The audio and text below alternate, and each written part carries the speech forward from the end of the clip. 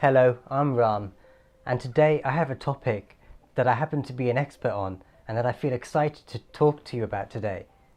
I'm a podiatrist, so I've got a lot of experience within this because I've treated a lot of patients who've suffered from it, and that condition is gout. Now, I know what you're thinking, it's definitely not a plumbing problem or anything. It's a medical condition that affects the foot, most commonly the foot and the first and second toe. Now, I'm going to be breaking down what gout is, then I'm going to be talking about what causes it, and I'm going to leave you with some tips on how to manage this condition.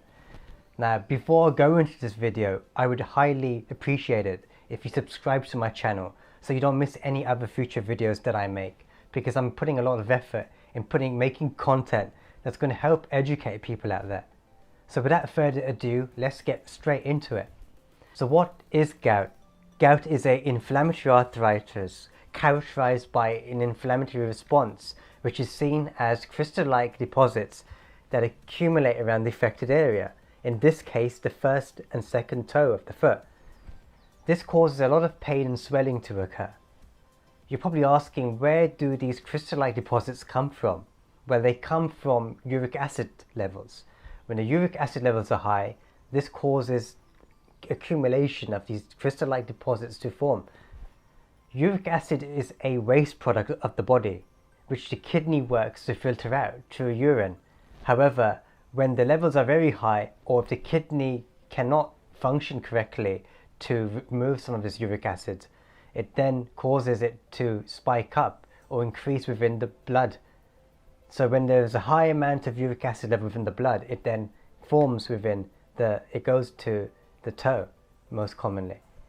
Foods such as red meat, fish and alcohol have purines in them, and purines increase the amount of uric acid levels when you consume them.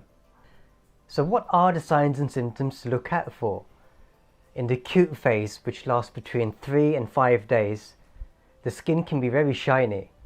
The affected area can be red, hot, swollen and tender to touch. In addition, there can also be a reduction or a limit in the range of movement of the affected toe. Now, in the chronic phase, the bone, and this takes between 8 and 10 years to occur, and the bone changes could be more damaged. There could be more destruction within the joint itself. Last but not least, the kidney. There can be problems with the kidney because uric crystals can form and they can affect the urinary tract, and therefore you can get a kidney stone. In addition to your toe, gout can also affect other places of your body, such as your fingers, your ankles and your knees. However, it's just most commonly seen within the foot. So some risk factors include being overweight. If you weigh quite a lot, you're going to produce more uric acid. Diet. If you're eating foods such as red meat, which include things like lamb and bacon, seafood such as fish, and a lot of alcohol, especially in excessive amounts, because they contain a lot of purines, and therefore this will increase the amount of uric acid levels within your body. Now, family history is also important here, because if you've got a family history of it, if your parents have had it, then you've got also a chance of developing gout. Certain medications can also increase the chances of producing more uric acid levels. Medications such as aspirin, angiotensin enzyme inhibitors, beta blockers, and also thiazide diuretics. Certain medical history can also have an impact. If you have diabetes, if you have high blood pressure, and if you have kidney disease. In addition, if you also have rheumatoid arthritis, a gout attack can also appear more insidious and more severe. Age and sex. If you are a male, you've got a higher chance of producing uric acid levels and having gout, because it's actually quite common in men between below the ages of 40, because women produce more uric acid levels after menopause, which is age 45 and plus. Therefore, we see more men with it. Now, looking at the clinical diagnosis of this condition. Now, in my clinical practice, I've seen a lot of patients who come in with gout, And sometimes it's easy for me to point out what gout is by looking at the classical signs and symptoms. However, sometimes it can be a bit difficult. And the only way to kind of to rule out that it's not anything else is by doing a test. You need to test the blood by checking the amount of uric acid levels. So it's important to order a blood test for that. In addition to that, we can also look at clinical imaging using x-rays. X-rays are quite important because it can show any damages that have occurred even after when we've kind of confirmed that the person has gout. We can see on the x-ray if there are any bony fragments that are left behind or in play, or even the crystal deposits that form from the gout itself. Now, sometimes when you have gout, or if you know someone who has it, or if you have it, you can get crystal-like deposits that break out from the skin of the affected area. They appear around the area and they look white or yellow.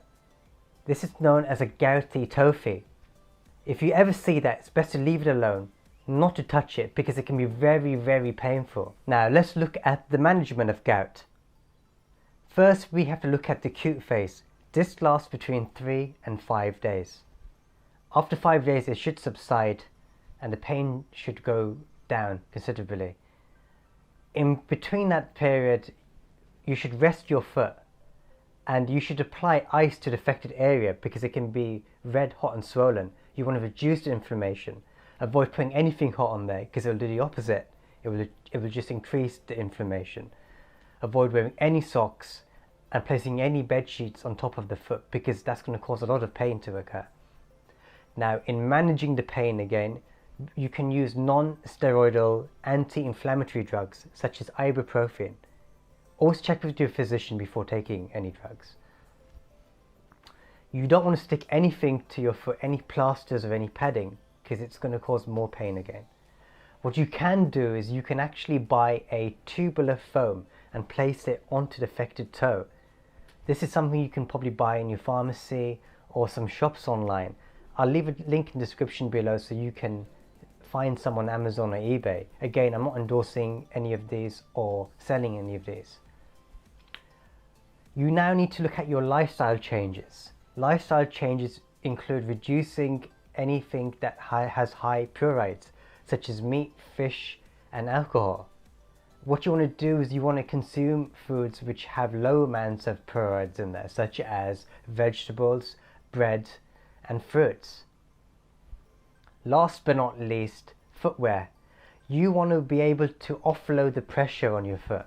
So you want to wear like a sandal, a surgical sandal, or a slider would do just for a few days.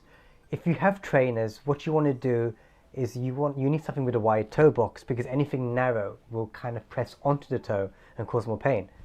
However, what you can do is you can actually get your laces and you can take them to the second or third eyelet and tie them, or you can just keep it loose. But this will actually open up and widen the space in the toe box to reduce any pressure that's placed on your toe or the affected area in the foot. Let's look at the chronic phase. The chronic phase, remember, it's 8 to 10 years, and in this situation there could be more destruction within the bone and there can be more damage and fragments caused there. Therefore, there might even be a limit or a loss in range of movement in that toe if it's affected. Therefore, you would need to change your footwear because there's no movement in the toe. You might need, again, this is a perfect example of a shoe that has a wide toe box. And what I'm trying to say, you need a rocker bottom shoe. This has almost like a rocker bottom shoe, but what this does is it helps when you walk because you don't need to use your toe joint. All you have to do is use the rocker bottom when walking, so it reduces any pressure that's placed on there or any pain. Also, you can get an orthotic. These are over-the-shelf orthotics you can buy from your chemist. What it does is it places the foot in a more neutral position and it actually puts less pressure on your toe. Last but not least, the pain aspect.